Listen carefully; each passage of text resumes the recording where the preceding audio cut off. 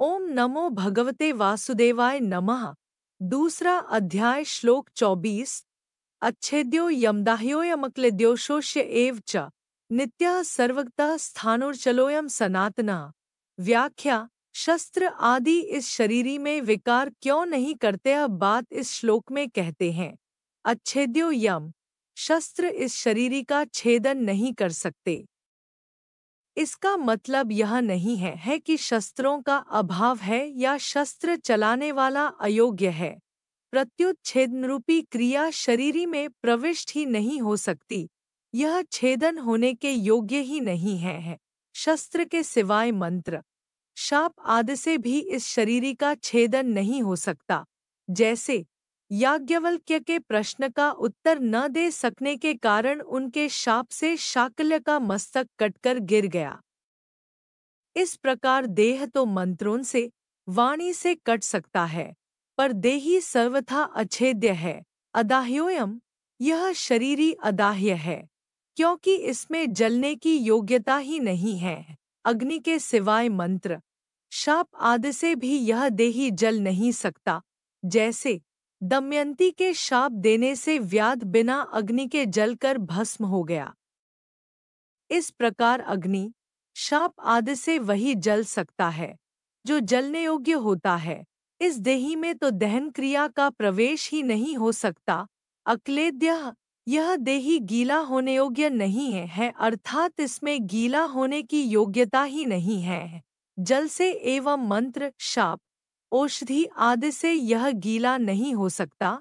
जैसे सुनने में आता है कि मालकोष, राख के गाए जाने से पत्थर भी गीला हो जाता है।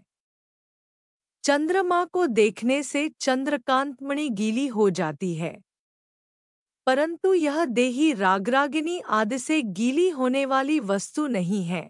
अशोष्य, यह देही अशोष्य है, वायु से इसका शोषण हो जाए, यह ऐसी वस्तु नहीं है, क्योंकि इसमें शोषण क्रिया का प्रवेश ही नहीं होता।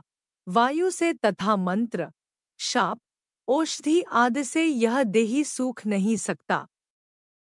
जैसे अगस्त्य ऋषि समुद्र का शोषण कर गए, ऐसे इस देही का कोई अपनी शक्ति से शोषण नहीं कर सकता।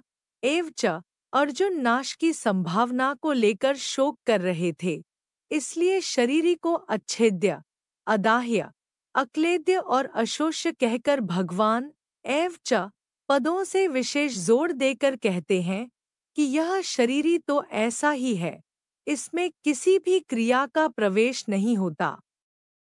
अतः यह शरीरी शोक करने योग्य है ही नहीं। नित्यः, यह देही नित्य निरंतर रहने वाला है। यह किसी काल में नहीं था और किसी काल में नहीं रहेगा, ऐसी बात नहीं है, किंतु यह सब काल में नित्य निरंतर ज्योकात्यो रहने वाला है। सर्वगतः, यह देही सब काल में ज्योकात्यो ही रहता है, तो यह किसी देश में रहता होगा। इसके उत्तर में कहते हैं कि यह देही संपूर्ण व्यक्ति, वस्तु, शरीर आदि में एक रूप से विराजमान है। अचलः, यह सर्वगत है, तो यह कहीं आता जाता भी होगा। इस पर कहते हैं कि यह देही स्थिर स्वभाव वाला है, अर्थात इसमें कभी यहाँ और कभी वहाँ इस प्रकार आने जाने की क्रिया नहीं है। स्थाणुः, यह स्थिर स्वभाव वाला है, कहीं आता जाता नहीं। यह बात ठीक है, पर इसमें कंपन तो होता होगा। जैसे वृक्ष एक जगह ही रहता है, कहीं भी आता जाता नहीं, पर वह एक जगह रहता हुआ ही हिलता है, ऐसे ही इस देही में भी हिलने की क्रिया होती होगी। इसके उत्तर में कहते हैं कि यह देही स्थाणु है, अर्थात इसमें हिलने की क्रिया नहीं है। सनातनः, यह देही अचल है, स्थाणु है, यह बात तो ठीक है, पर यह कभी पैदा भी होता होगा। इस पर कहते हैं कि यह सनातन है, अनादि है, सदा से है, यह किसी समय नहीं था, ऐसा संभव ही नहीं है।